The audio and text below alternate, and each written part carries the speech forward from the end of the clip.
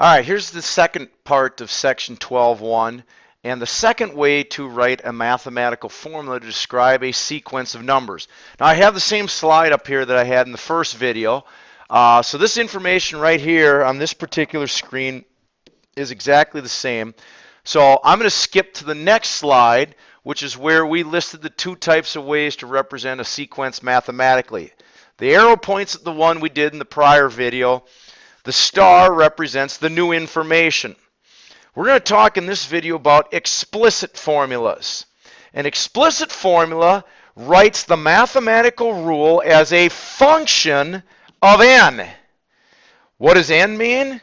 N is the position or place each number is in the order. Now, a couple of examples for you. Example number 1, it says find the first 5 terms of this particular sequence.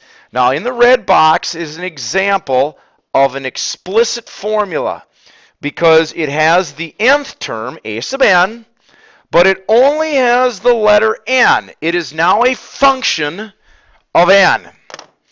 So if I want to find the first 5 terms, I basically make that same type of table that I did before. N is the first column, and a sub n are the numbers that I'm trying to generate.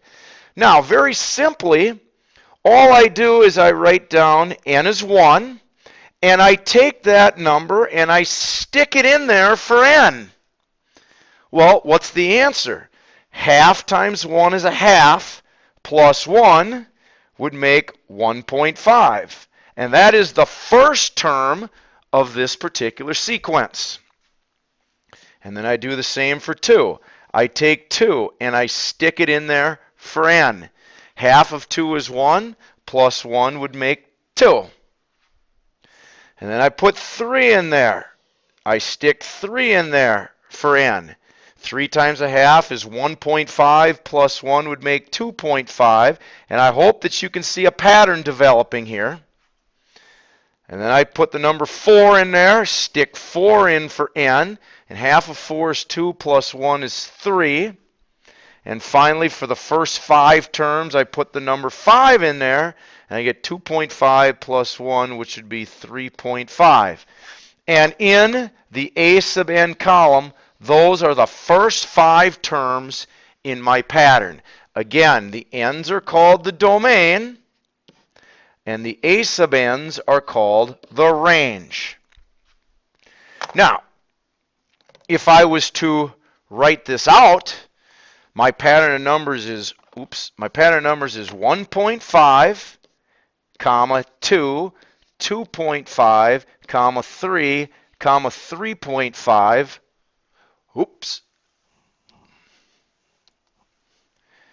Made it a little bit smaller here, but that's okay. 2.5, 3, and 3.5. But my position numbers, these are the position numbers.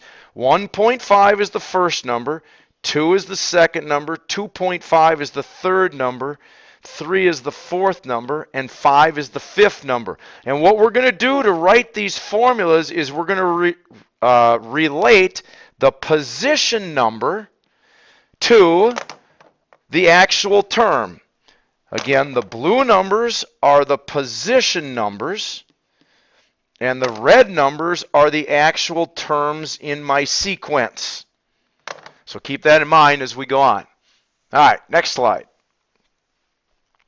Find the first 5 terms of this particular sequence. Well, again, I can make a t-table, my n's and my terms, a sub n's.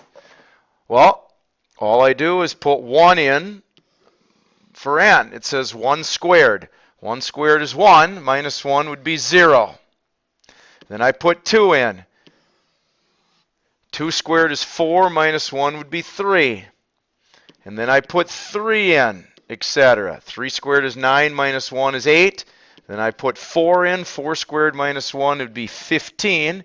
And then I put 5 in there. 5 squared minus 1 would be 24.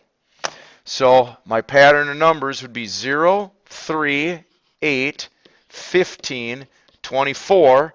And my position numbers are 1, 2, 3, 4, and 5. These are kind of like the x values if you want to think of it, and these are kind of like the y values.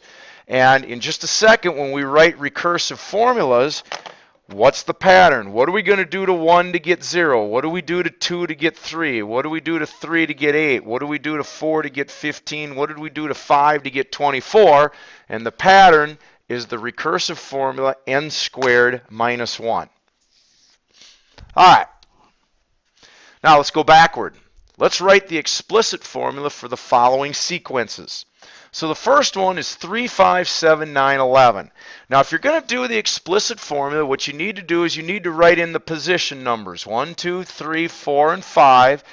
And it's going to take a little bit of thinking. But what do you do to each of the green numbers to get the blue numbers?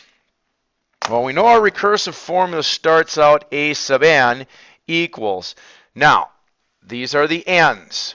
What do I do to n every time to get a sub n? Which are those?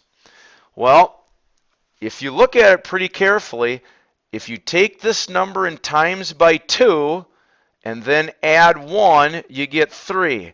Take this times by 2 and add 1, you get 5.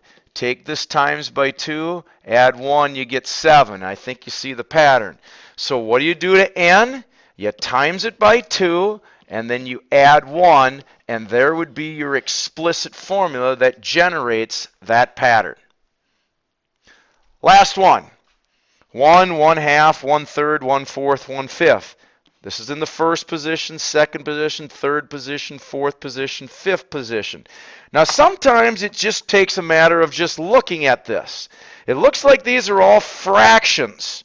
Well, how do I make the first number a fraction? I put it over 1.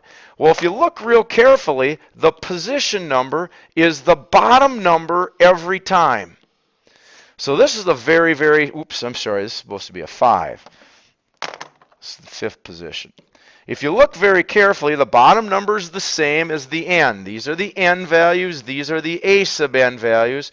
So what would I do to get the nth term in my pattern? Well, very simply, it's 1 over n.